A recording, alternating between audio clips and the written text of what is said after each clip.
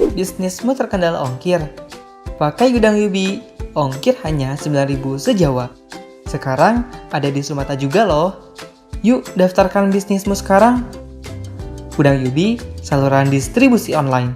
Nah, dengan menggunakan game plan yang kedua seperti ini, brand Anda lebih terbangun.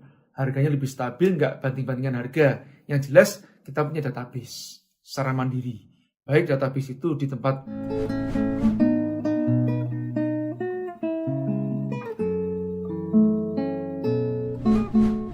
Bismillah. Nah, saya sudah memvideokan sebetulnya di YouTube saya, Jaya Setiabudi, ada judulnya Jangan Harap Balik Normal. Apa sih intinya? Intinya sebetulnya inilah yang terjadi pada saat pandemi. Angka belanja retail online itu naik, katanya 400%, ada yang 600%, intinya naik gitu aja. Kalau kita bicara masalah dulu, angka belanja retail online itu di sekitar angka 3%-an, mungkin sekarang bisa jadi sudah melonjak di angka 10%-an dari total belanja retail online di Indonesia. Memang sebarannya lebih banyak di daerah Jawa, terutama Jabodetabek, Jabar ya. Itu yang bisa dikatakan 60%-nya mungkin ada di situ. Hanya saja angka-angka ini tentu aja dengan berjalannya infrastruktur semakin bagus di Indonesia, ini akan menaikkan angka belanja retail online-nya. Nah ini teman-teman yang harus tahu. Jadi di Balikpapan mungkin sekarang tidak benar-benar sangat berpengaruh yang disebut namanya online, tapi sudah mulai dirasakan dikarenakan ada pandemi ini. Kenapa saya mengatakan juga jangan berharap balik normal? Itu karena salah satunya begini, kita nggak pernah ngerti pandemi ini akan sampai kapan.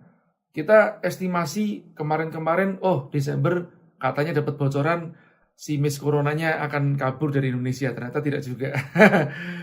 Diperpanjang lagi, bahkan sekarang ada berita-berita tentang virus-virus yang baru. Sudahlah, daripada kita paranoid ya, mendingan kita hadapin saja dengan imunitas diri kita. Itu yang paling penting nomor 1, dan doa. Oke, selain itu juga ada yang mengatakan naiknya tadi 6 kali lipat atau 600%. Ini dari Mark Plus bahkan surveinya. Nah, yang parahnya mall-mall itu meskipun sekarang sudah mulai normal ya, bisa dikatakan traffic lalu lintas itu kan sudah di angka balik ke normal 70-an% ya. Kemacetannya kok di Jakarta tuh terasa banget begitu masuk ke Jakarta. Kalau dulu 1,5 jam pas corona itu nyampe dari Bandung tempat saya tinggal sampai ke Jakarta. Sekarang 2 jam sudah mulai macet di Jakartanya. Jadi sudah balik normal lagi 70% lah katakanlah begitu. Tapi apa? Mallnya baru sekitar 20-40% baliknya. Itu mungkin di Jakarta. Kalau di Bandung juga masih terasa ya, sekitar mungkin 20-30% traffic yang ada di mall. Nah, teman-teman mengetahui ini fenomena yang seperti ini bukan hal yang sembarangan. Padahal sebetulnya trafficnya sudah balik. Kenapa kok di mallnya nggak balik? Nah, apa yang berubah? Perilaku kerja itu berubah. Dari sekarang namanya apa? PPKM penggantinya PSBB ini mengubah perilaku kerja kita. Kemudian perilaku belajar anak-anak kita sampai sekarang belum masuk juga. Perilaku pembelian juga berubah. Konsumsi, apa produk yang dikonsumsi pilihannya juga ini berubah juga. Nah ini yang harus kita siasati. Apakah benar-benar kita masih beneran mau menunggu atau kita mulai belajar untuk menyerbu. Nah ini contohnya ya.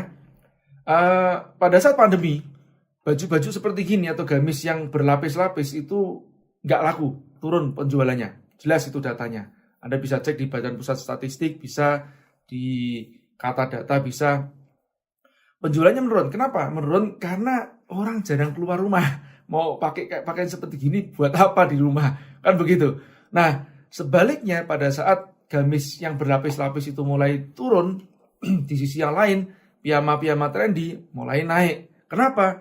Nah, karena perilakunya di rumah terus, sesekali ketemu sama abang sayur, sesekali mungkin ke mart-mart di luar untuk belanja kebutuhan yang mendesak.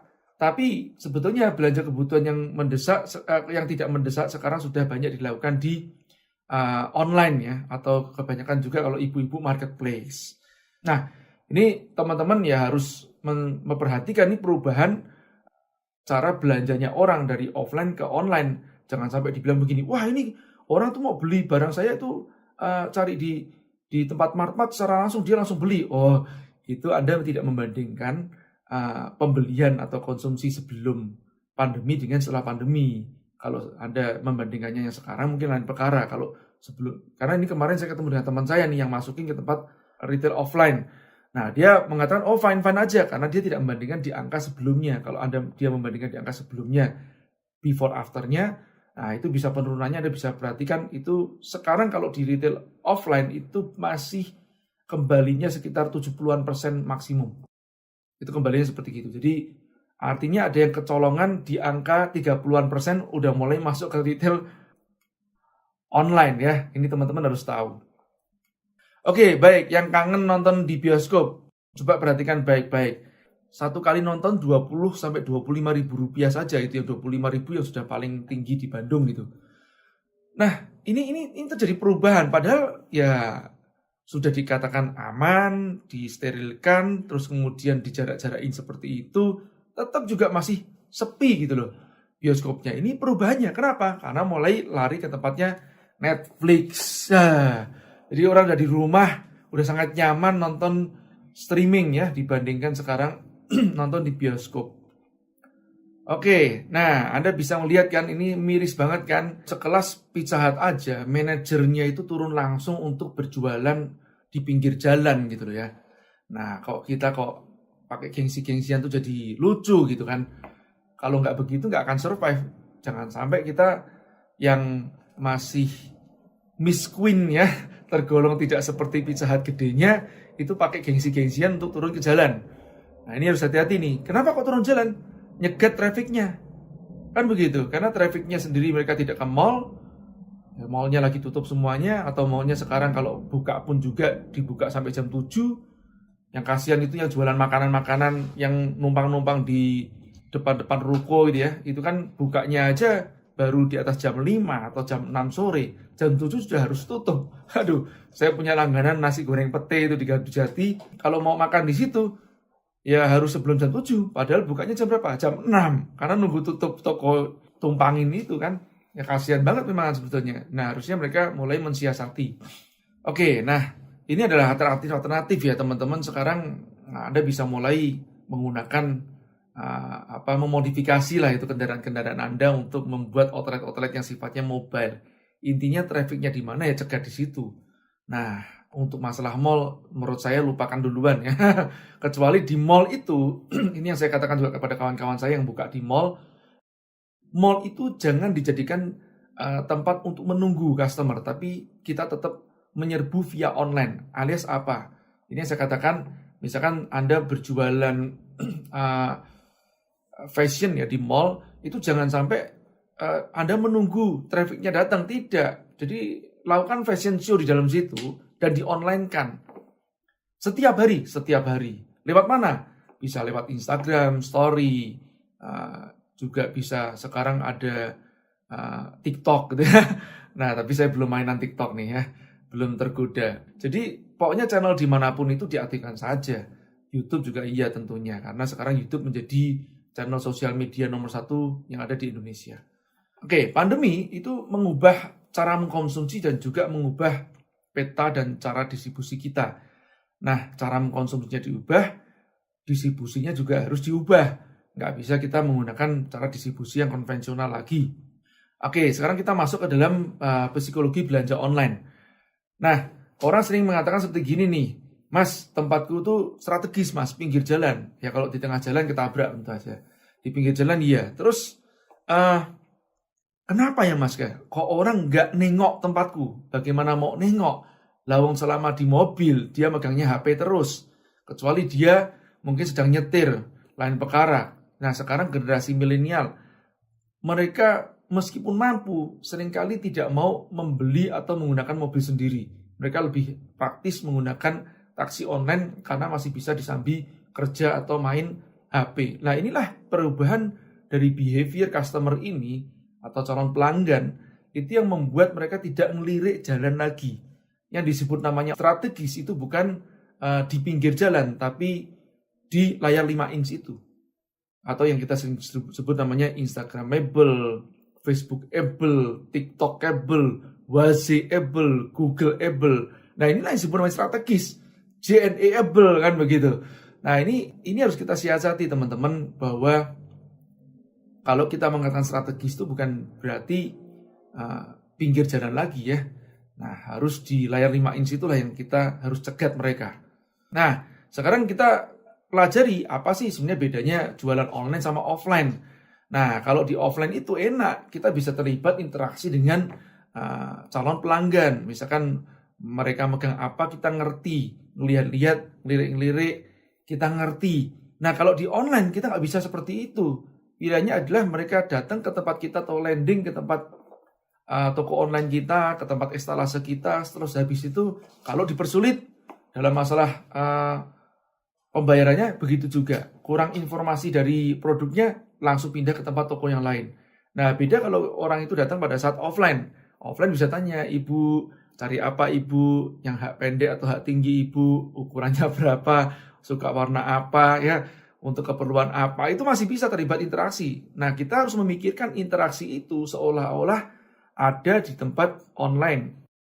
Atau istilahnya dia akan nanyain apa saja, kita provide di dalam informasi toko online kita. Ini harus kita antisipasi. Oke, dalam belanja online tuh orang itu paranoid, apalagi yang pertama kali belanja online. Saya merasakan itu ya di tahun 2012 pada saat saya mendirikan yokbisnis.com, itu saya baru pertama kalinya belanja, dan saya belanja pertama kali jam 2 malam, jam 2 pagi berarti, dini hari. Dan pada saat itu saya juga punya keraguan pada saat pembayaran. Mau saya telepon, nggak bisa ditelepon. CS-nya mungkin nggak diangkat juga. Wah, itu bisa paniknya luar biasa, sampai pagi bisa nggak tidur tuh. Apalagi kalau sudah belanjanya sampai jutaan. Nah, ini harus hati-hati teman-teman ya. Ini harus disiasati. Baik itu penipuan, salah transaksi. Nah, makanya hal yang seperti gini, bagaimana mensiasatinya? CS-nya harus standby. Setidaknya ada CS bot-nya yang bisa mengarahkan kalau ada permasalahan-permasalahan yang dihadapi pada saat malam hari. Oke, ini contoh juga ya. Teman-teman UKM itu biasanya gini nih, jualannya nggak niat. Menjual suatu produk pasmina lah gitu ya, katakanlah dikasih warna, kasih angka-angka. Nah, ini kalau Anda mau membeli yang nomor 8 misalkan, itu kan susah banget. Satu harus ngurutin nih. Oh, 8 apa nih? Oh, peach gitu kan ya. Nah, 7 apa nih? Nah, kenapa nggak ditulisin di situ aja gitu loh? Satu itu ya. Oke, sudah ditulisin. Masih belum cukup juga. Kalau dipakai bagaimana? Tampangnya kayak apa kan begitu ya? Nah, ini juga seperti itu. Udah ditulisin juga, masing-masing juga harus diperagakan gitu kan. Jangan sampai hanya dipajang seperti ini doang aja kan. Nah, ini pun juga masih ada yang kurang. Tampak depannya sudah kelihatan, tampak belakangnya seperti apa. Detail bahannya seperti apa, jahitannya seperti apa. Nah, inilah yang ditanyakan oleh mereka-mereka yang akan beli pada saat online. Tapi mereka tidak tanya. Mereka scroll nggak ada, slide nggak ada, pergi gitu aja, selesai. Tahu-tahu Anda, loh kenapa ya kok tokoku, kok aku udah buka toko online tapi nggak laris gitu kan. Seringkali kan pertanyaan seperti gitu. Nah, yang keharusan di fashion itu apa? Visualnya lengkap, varian, bahan, dan harus ada size chart setiap kali postingan. Jangan nanti size chart lihat di highlight. Waduh, ini namanya pindah channel ya. Kalau sudah pindah channel lagi, ya kadang-kadang gini nih, pas dia scroll nih di Instagram Anda nih misalkan ya, ini customer journey-nya. Scroll, ketemu nih, slide, cocok nih. Oke, size chart-nya nggak ada nih. Terus dia ada keterangan di size chart, lihat di highlight. Dia pergi ke highlight. Oke, jadi akhirnya geser ke kiri, dia habis itu masuk ke tempatnya highlight. Dia highlight, dapat size chart-nya. Oke, size-ku L. Nah, habis itu gimana? Wah, tadi produknya yang mana ya? Produknya mana? Di scroll lagi, nggak ketemu. Kenapa? Karena sudah terlalu bawah. Dia lupa untuk bookmark ya, atau keep. Nah, ini yang terjadi. Kalau ini terjadi, apa artinya? Anda kehilangan kesempatan lagi untuk mendapatkan atau closing penjualan. Jadi ternyata nggak mudah ya kita jualan secara online itu. Oke, ini saya ambil contoh ya. Contoh yang bagus dari mereknya Nina Nugroho. Ini postingan di tempat carousel. Misalnya carousel itu apa, postingan atau timeline gitu ya di tempatnya Instagram. Ini bagus nih. Nah, selain setiap kali ada launching produk baru, dia buat seperti ini, tampilannya bagus. supaya kelihatan gitu ya, oh ini ada produk barunya yang sedang launching. Nah, di detailnya di tengahnya juga dia kasih, kalau Anda perhatikan ada dot-dot, itu kan adalah hitungan slidernya. Oke, kita hitung sama-sama nih. 1 gambar, 2 gambar dengan menggunakan masker ya, dan namanya apa? Navy Light Peach Shirt to Color. Oke. Baik, bicara masalah nama atau produk brandnya nanti kita bisa bicarakan lagi di sesi yang akan datang ya. Itu biasanya kita bicarakan di masalah brand atau sub-brand atau artikel brand. Oke, nah ini masuk nih. Sudah ada deskripsi di sebelah kanannya, ada detail foto produk yang kedua. Foto produk yang ketiga, oke, dengan detail foto produk yang keempat, ya, detailnya lagi. Yang kelima, yang keenam, ketujuh tampak depan belakang, kedelapan zoom dari belakang, size chart. Ini yang saya katakan, size chart tetap harus ada setiap kali Anda posting. Ya, setiap kali posting, pastikan kalau ini fashion, kasih size chart. Kenapa saya kasih contohnya fashion? Kalau makanan nggak usah paling ribet-ribet, makanan nggak usah detail kanan, detail kiri, bawah, nggak usah. Ya, tapi kalau fashion itu paling ribet deh. Nah, yang terakhir, ini yang paling penting banget nih. Pada saat Anda shooting atau photoshoot ya, itu pastikan selain photoshoot juga divideokan. Videonya nggak usah harus pakai kamera-kamera yang profesional dan harus pakai berbagai macam gaya begitu, nggak usah. Pokoknya pas begini, pas begitu, pas begini, ya itu langsung divideoin aja. Pakai kamera HP saja sudah cukup. Tapi yang penting kamera HP-nya yang bagus ya. Nah sekarang udah bagus-bagus, resolusinya udah tinggi, pencahayaannya bagus. Nah langsung dibuat seperti gini saja, diupload. Durasinya kurang dari 1 menit. Nah ini untuk melengkapi supaya kalau dipakai berlenggak-lenggok seperti apa langsung kelihatan. Detailnya juga begitu. Ya, Anda bisa lihat nanti ini di tempatnya Mbak Nina Nugroho ini buat saya contoh postingan yang disiplin bagus ya saya katakan. Bagi UKM susah untuk disiplin soalnya. Dan kebetulan beliaunya juga sekarang sedang nyimak dengan timnya. Ini saya tidak dibayar ya, saya nggak pernah endorse dibayar. Sama sekali saya nggak pernah endorse dibayar. Oke, ini contohnya lain menggunakan toko online. Nah ini kebetulan platform toko online-nya menggunakan Yuk Bisnis ya, dari Gadiza. Saya berikan contoh, ini yang namanya slider. Nah, oke, ada slidernya. Selain slider ada juga scroll ke bawah. Nah, scroll ke bawah ini memperbesar faktor closing-nya. Kenapa? Karena satu layar bisa langsung lihat 2. Ini psikologinya belanja online nih teman-teman ya. Selain slider, juga di scroll. Dan pastikan chatnya selalu on pada saat jam kerja. Oke. Tombol belinya, kalau Anda perhatikan juga itu dia floating, tombol belinya. Supaya bisa mencet tombol beli setiap saat. Jangan sampai nanti tombol beli itu scroll paling bawah baru lihat tombol beli. Nggak begitu. Ya, jadi kalau Anda tadi perhatikan baik-baik, saya ulangin lagi ya. Nah, ini Anda perhatikan, ya ini tombol belinya floating. Nah, terus kemudian tadi ada chatnya, juga begitu juga. Chatnya bisa setiap saat, begitu ada keraguan, langsung chat. Karena ini penting sekali untuk pengganti CS offline kita ya, jadi menjadi CS online. Oke, banyak produk bagus yang nggak dikomunikasikan dengan bagus. Ini terjadi pada UKM kita. Misalkan bicara masalah packaging lah ya, pemberian merek, pemberian packaging, desain kemasan. Itu UKM kita tuh sangat lemah sekali. Makanya kita membuat program-program gratis ya teman-teman yang disponsori oleh perusahaan-perusahaan tertentu atau BUMN. Seperti kayak Pegadaian Syariah itu mensponsori kita program Aku Sapa Akademi UKM saat pandemi. Itu kita mendesainkan produk-produk yang sudah teruji ngangenin, mencarikan ya sebetulnya, menggali nama atau merek yang cocok itu apa, kemudian positioningnya, diferensiasinya tentu aja untuk menemukan positioning, kemudian tagline-nya apa, dan kemudian desain logo, desain kemasan, itu kita bantuin untuk didesainkan. Karena kalau UKM itu diajarin untuk mendesain, itu salah kaprah. Ya, UKM itu yang benar digali dan didesainkan. Ya, karena UKM sendiri belum tentu jago mendesain. Jadi desain biarkan serahkan kepada yang profesional. Tapi desainer profesional pun juga belum tentu mengerti tentang masalah brand itu sendiri. Oke, saya lanjutkan ya. Nah, sekarang bicara masalah strateginya bagaimana. Oke, nah ini kalau teman-teman sering juga diistilahkan yang namanya game plan-nya atau diistilahkan dengan namanya customer journey-nya, itu kurang lebih seperti gini. Kebanyakan mereka biasanya menyerahkan ke marketplace. Kenapa? Mau traffic instan. Ini yang paling terjadi seperti itu. Apa yang terjadi di marketplace itu mereka perang harga, ya. Jadi mereka perang harga, dijiplak, terus kemudian ketergantungan terhadap trafficnya mereka. Ini yang sering terjadi. Nggak salah sih sebetulnya masuk ke dalam marketplace, tapi harus hati-hati di marketplace itu jangan semua produk ditampilkan di sana.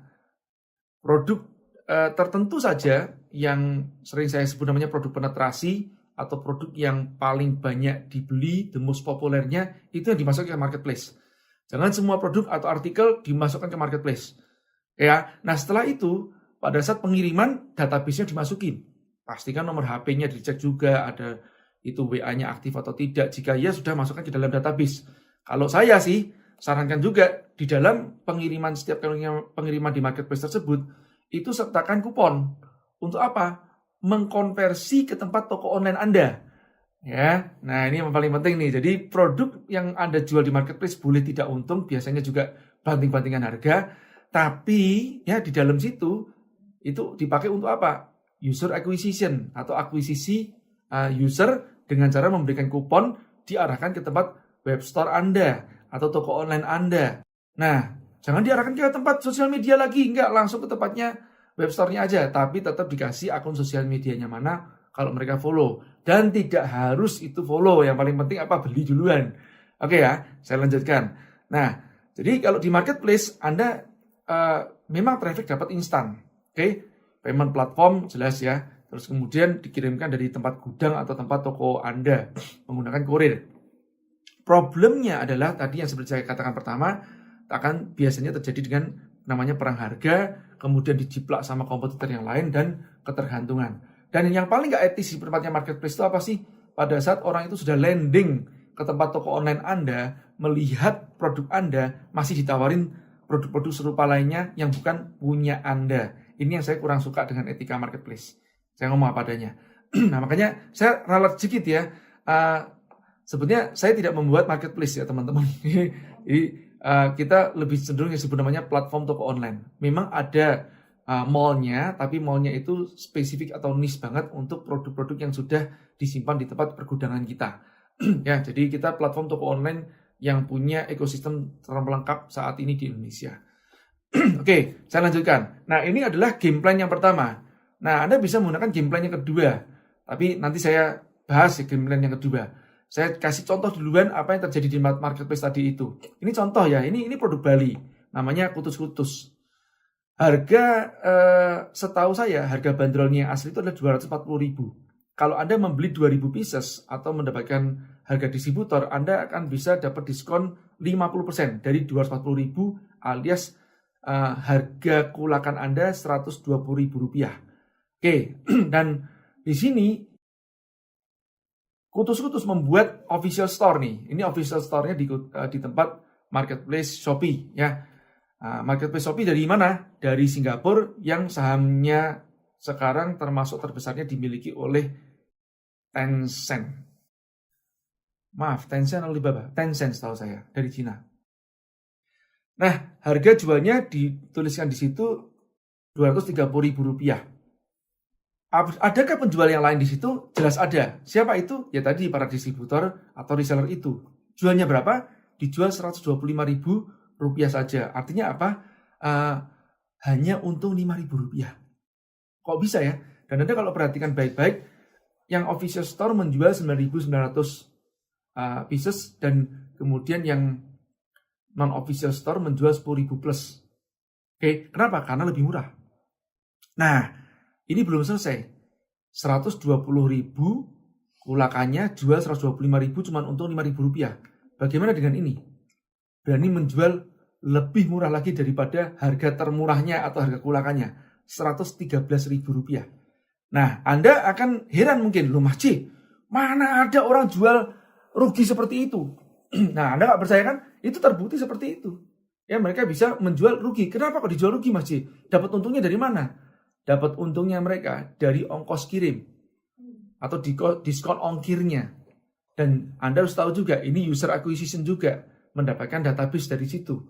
Jadi 113.000 ini dia sudah rugi Rp7.000, tapi mungkin di diskon ongkos kirimnya, dia akhir-akhirnya ujung-ujungnya akan untung. Ya, nah ini yang saya nggak ngerti. Atau mungkin dia juga mendapatkan stok-stok yang mungkin ya saya nggak ngerti, bisa jadi juga mendekati expired atau stok-stok yang dijual murah dari para agen-agen yang sebelumnya dengan mungkin mungkin rugi 10.000 kah, mungkin rugi 7.000 juga aja kah, ya. Jadi kalau andaikan mereka pun juga tidak untung, mereka masih dapatkan keuntungan dari diskon ongkos kirim. Ini yang bahaya. Ya, ini akan perang bisnis model seperti ini akan merusak harga dari produk-produk kita. Nah, saya nggak rela kalau ini terjadi pada produk Indonesia. Kalau ini terjadi pada produk-produk Cina, silakan saja. Tapi kalau terjadi pada produk kita seperti ini, aduh, kenapa harus seperti gini ya? Padahal kutus-kutus produknya sangat bagus banget. Oke, nah, teman-teman capek nggak sih kalau jual di marketplace itu banting-bantingan harga seperti itu? Oh, Mas Ji, aku nggak seperti itu kok, Mas Ji. Anda biasanya di 1 tahun, 2 tahun pertama. Tapi begitu tahun kedua, ada reseller-reseller Anda yang beli dan kemudian jual di marketplace itu lagi, Anda akan banting-bantingan dengan mereka. Susah untuk mempertahankan. Tapi kan bisa di-report, Mas Ji. Bisa report. Ya, tapi sampai kapan Anda akan ngawasin mereka terus? Capek. Oke, ini alternatif yang kedua. Sebetulnya alternatifnya banyak banget, teman-teman. Ya, dan gameplaynya tuh bisa berlapis juga. Ya, atau bisa disebut namanya omni-channel. Alternatif yang kedua seperti gini. Anda membuka toko online. Oke, sekarang sudah banyak platform-platform toko online, tidak hanya Yuk Bisnis, tapi platform toko online yang lain juga ada. Silakan Anda pilih, nggak menjadi masalah. Sebisa mungkin kalau saran saya yang merah putih, karena begitu platform toko online-nya tidak merah putih, nanti kembali lagi database-nya akan diambil oleh mereka dan dipakai atau digunakan di perusahaan induknya. Bisa jadi perusahaan induk itu juga yang punya saham di marketplace tersebut. Ini hati-hati sekali, ya.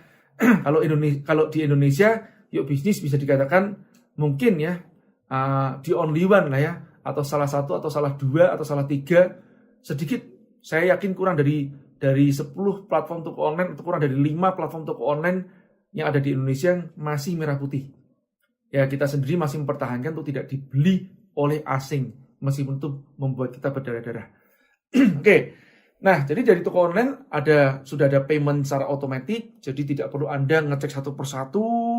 Kalau ada transferan, wah itu kalau transaksinya masih puluhan satu hari masih mending. Kalau Anda transaksi ya sampai ratusan atau ribuan per hari, berat banget. Nah, sistem paymentnya sudah kita sediakan, kemudian template-template platformnya juga sediakan.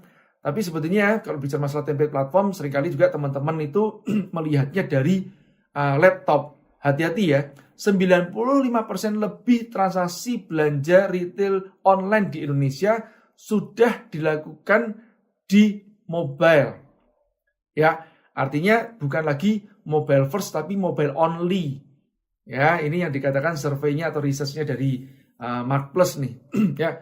Nah, jadi artinya apa? Anda kalau mau menilai suatu tema atau template, udah nggak usah yang neko-neko, nggak usah lihat di tempat laptop Anda atau desktop Anda, tapi lihatnya di HP. Alias apa? Sesimpel mungkin saja, kalau bisa seperti itu. Dan mobile responsif. Oke ya. Nah, terus trafficnya dapat dari mana, Mas? Trafficnya dapat dari sosial media. Dikejar dari sosial media. Mau itu dari traffic berbayar, langsung ke ads-nya, seperti FB Ads, IG Ads, TikTok Ads, YouTube Ads, atau kalau namanya kan Google Display Network atau mungkin Google AdWords. Nah, silakan. Atau mungkin dari social chat yang sering disebut sebagai dark sosial, grup-grup Facebook, grup Instagram. Grup Instagram nggak ada. Grup WhatsApp, grup Telegram ya. Nah, silakan ambil dari situ atau dari influencer. Nah, ini yang saya suka. Saya lebih prefer daripada bayar traffic berbayar ke tempat luar, ke asing, lebih baik teman-teman bayar ke tempat influencer, terutama influencer yang merah putih. Jadi kenapa? Supaya perputaran perekonomiannya dalam negeri. Ya, kenapa saya mengatakan influencer merah putih? Influencer yang tidak bangga-banggain beli produk-produk asing. Ya, itu nista namanya. sebisa mungkin beli produknya produk Indonesia. Nah, yang influencer seperti gini yang dipakai nih ya.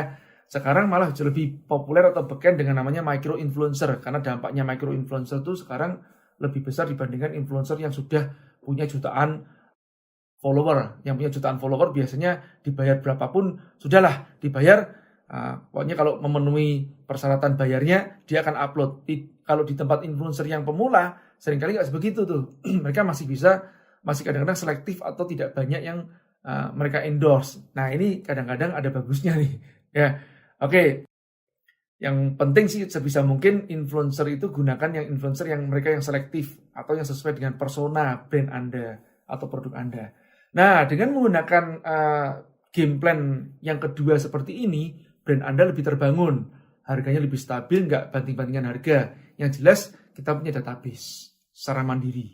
Baik database itu di tempat traffic source kita atau seperti Instagram kita sebagai followernya, juga database di tempat platform kita ya, itu bisa kita olah seperti email, seperti nomor WA-nya nanti bisa kita olah, kita lakukan pengiriman atau blast pada saat ada update produk baru. Oke ya, lanjut ya.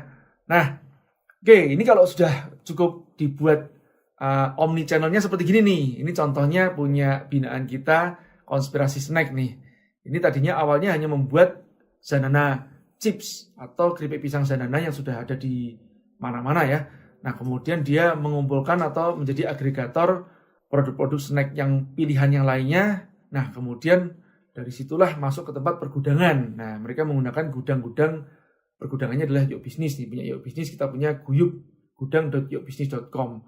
Nah, kemudian penjualannya ada di platform dropshipper kita yang kita punya namanya Yubi Mall.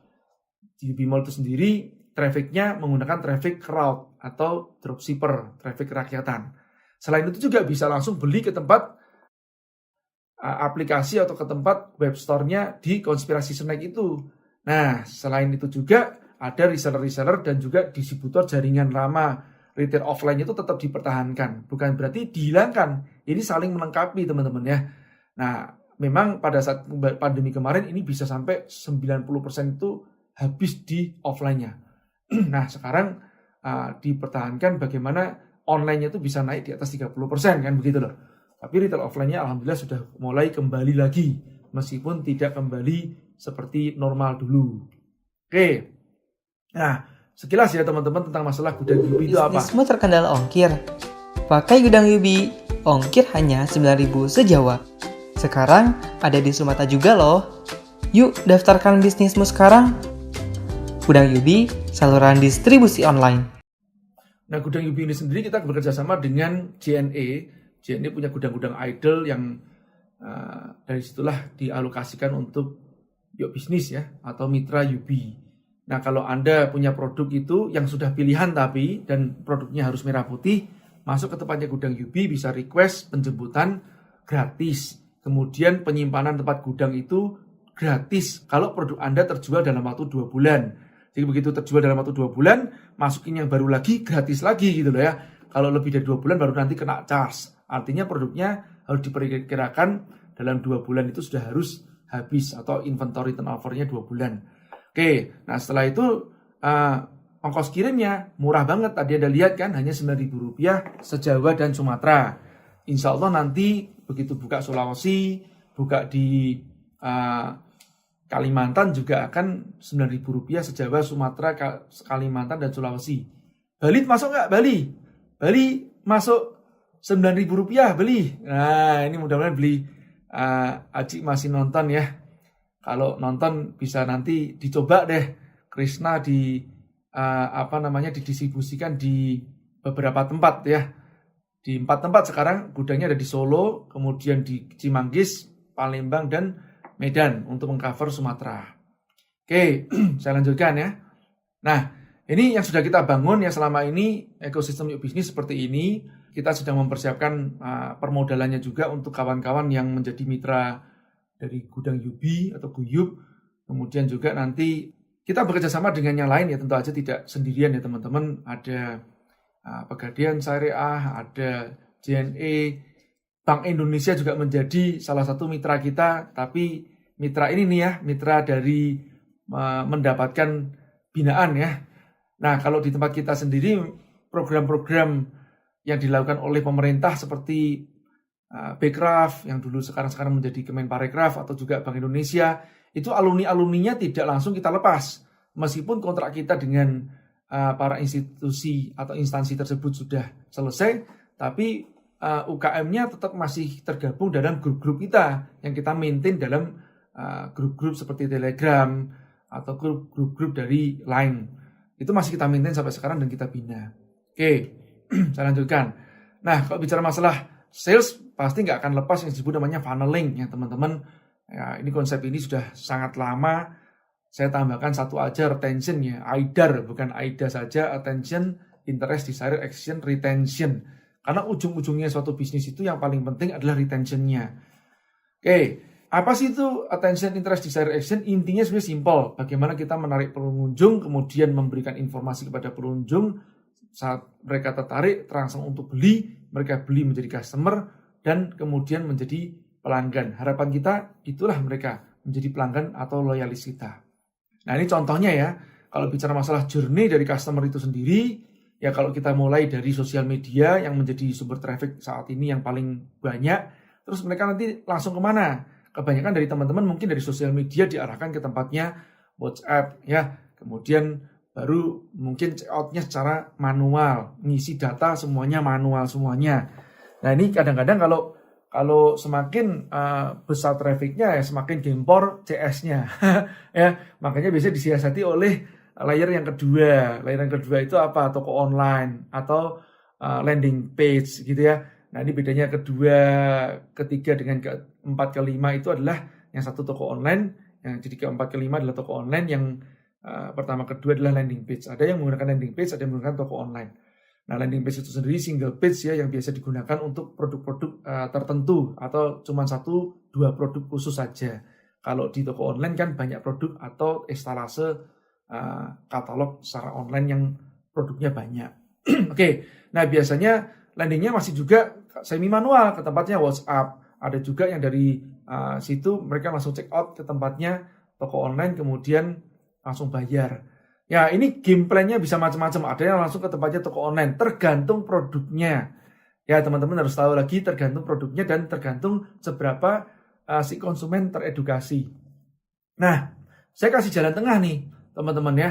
Kita sudah menyediakan juga di Yuk Bisnis dengan namanya UBID atau kartu nama virtual. Bentuknya seperti gini, Anda bisa custom baik itu menggunakan tombol barnya ataupun tombol kotak-kotak icon yang Anda bisa modif sendiri-sendiri. Itu kalau diklik masing-masing bisa langsung ke tempat linknya masing-masing. Nah ini semuanya gratis. Ini gratis nih. Kalau teman-teman tanya, masih monetasi dari mana? Enggak dari sini yang jelas. Sudah ada 7.000 member dari UBID yang bergabung, dan itu pun juga belum kita iklankan, growth secara organik saja. Insya Allah nanti akan kita buatkan aplikasinya. Oke, nah ini contoh game plan-nya ya teman-teman. Anda meletakkan UBID itu nanti di mana sih? Yang pertama, ini contohnya Seika Hijab, salah satu dari mitra kita juga dari Tasikmalaya. Ini penjualan gamisnya juga kalau sekarang saya nggak benar-benar ngupdate lagi berapa. Terakhir sebelum pandemi itu bisa 6.000 gamis per bulan. Nah, jadi pertama promosinya lewat mana sih? Promosinya lewat sosial media ya, lewat Instagram.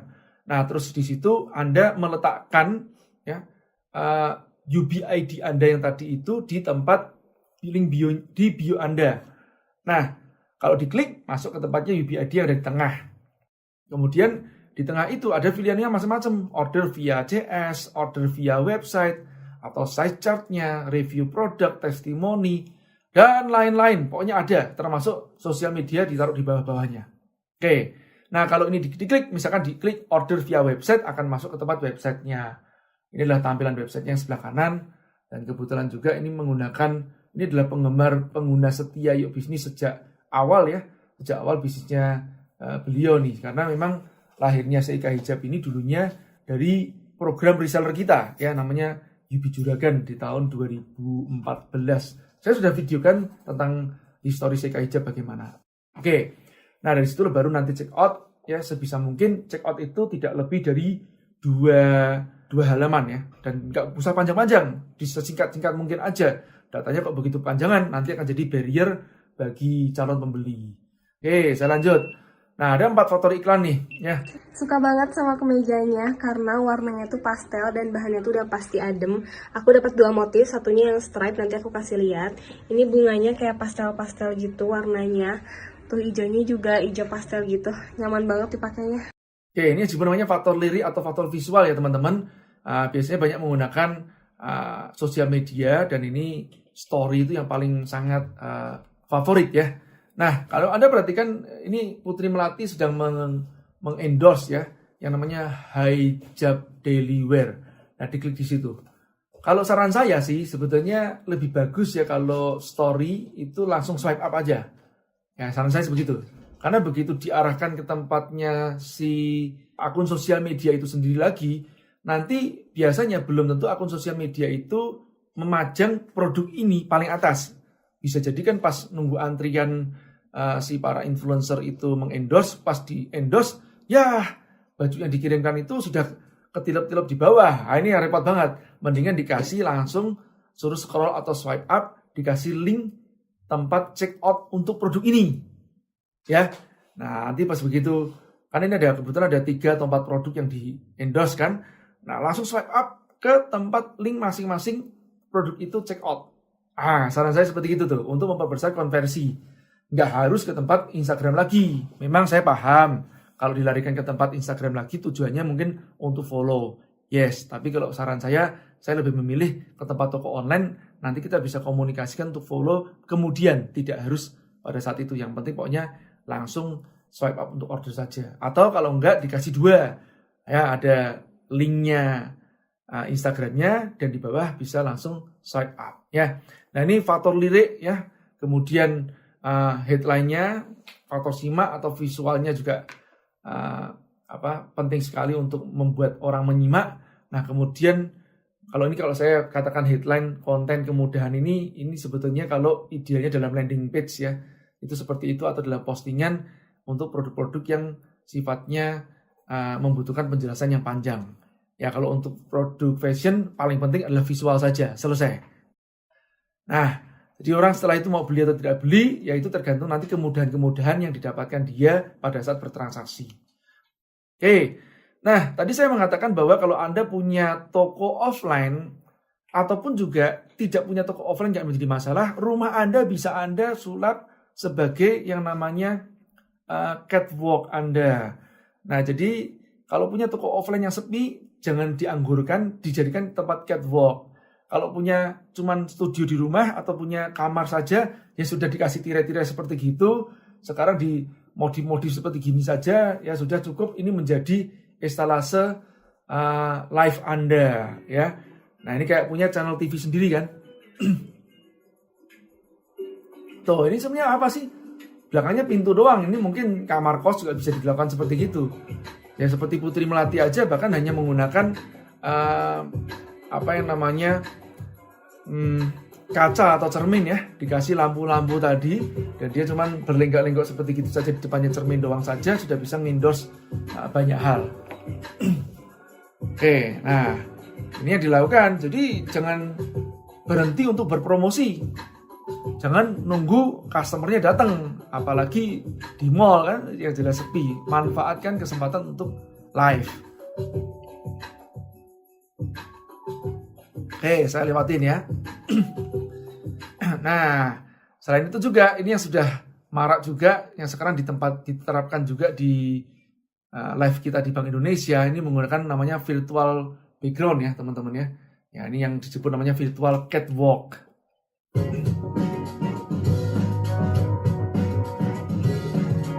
Kelompok pekerja industri kreatif di Surabaya menggelar pertunjukan busana dan kecantikan secara virtual. Dengan memanfaatkan teknologi green screen atau chroma key dengan bantuan proses olah visual digital. Pertunjukan yang tidak biasa ini bertajuk Virtual Beauty and Fashion 2020. Penggagas ide ini adalah para pelaku usaha kreatif yang terdiri dari pengusaha kosmetik, desainer busana, makeup artist, model, dan juga desainer audiovisual. Yang melatar belakangi ide ini adalah mati surinya industri kreatif di Surabaya sejak pandemi COVID-19 mulai mewabah. Para pekerja industri kreatif ini mulai mencari cara agar dapat tetap eksis, serta dapat menggelar event peragaan busana tanpa harus mengumpulkan massa di satu tempat. Ya, ada baiknya saat ini pandemi itu membuat orang kan fokus ke media streaming kan. Nah, ini bagusnya yang biasanya kalau kita itu fashion show mungkin hanya ditonton oleh puluhan orang atau ratusan orang, sekarang ada fashion show digital itu kan bisa ditonton oleh ribuan orang kan gitu loh. Dan bisa diiklankan lagi kan. Artinya bisa terus jalan terus, satu fashion show bisa dipakai berulang-ulang kan begitu ya. Oke. Nah, ini harus dilakukan ya teman-teman ya. Mulai nanti habis pulang nonton di rumah semuanya ya, bisa selesai nonton langsung praktekin aja gitu ya. Ngiklan aja sekarang nggak mahal kok, cuma 100.000, kalau endorse juga mungkin 300.000 juga sudah dapat. Kenapa tidak? Tapi siapkan lebih dahulu medianya ya, kemudian kontennya baru kita iklankan dan harus berkualitas kan begitu. Oke, ini saya lupa quotes-nya siapa ya. Ini bagus banget ya, semua bisnis akan menjadi bisnis media dan teknologi. Maksudnya apa? Anda mau nggak mau sekarang itu masuk ke bisnis media. Artinya apa? Punya media sendiri gitu kan. Seperti kayak sosial media Anda itu. Dan Anda mau nggak mau bisnisnya sudah masuk ke tempatnya teknologi. Atau paling nggak menggunakan platform teknologi. Atau platform digital itu sendiri seperti toko online. Oke. Nah, materi-materi saya insya Allah cukup komplit ya, teman-teman bisa di-update nih di sini di channel saya Jaya Setia Budi di YouTube. Nah, itu kalau yang namanya channel formula, Anda bisa juga masuk ke sini nih, formulabisnis.id. Nah, ini sudah ada paket-paket di menu Aku Sapa ya, ini untuk teman-teman yang brand owner khususnya atau produsen bisa nonton paket-paket video ini. Semuanya gratis, semuanya gratis, gak ada yang berbayar kok. Nah, saya bahkan sudah buatin aplikasinya, namanya aplikasi Sarang Semut ya, yang sudah bisa di-download di App Store dan Google Play ya. Ini tim kita di support oleh tim dari Code Labs. Anda bisa langsung nanti mengikuti channel saya di Sarang Formula dan juga Sarang Juragan. Ini seperti kayak marketplace konten nih ya, yang sudah bisa Anda download. Materinya banyak. Kalau belajar digital campaign ya, Anda bisa ke kelas DCA tuh punyanya Mas Fardiandi. Sudah ada di tempat Sarang Semut juga. Oke, baik. Terima kasih. Saya kembalikan ke MC. Silakan. Terima kasih Mas Jaya Setia Budi. Ya, Mbak Nita. Karena aku juga termasuk pelaku UMKM, punya usaha hijab dan teman-temannya. Jadi kayak tadi banyak belajar banget dari Mas Jaya. Oh, Masya Allah. gitu ternyata. Jadi pengen bergabung di bisnis.com nih kayaknya. Boleh Japri habis ini ya. Asik. Iya. Jangan lupa minta nomornya ya Mas.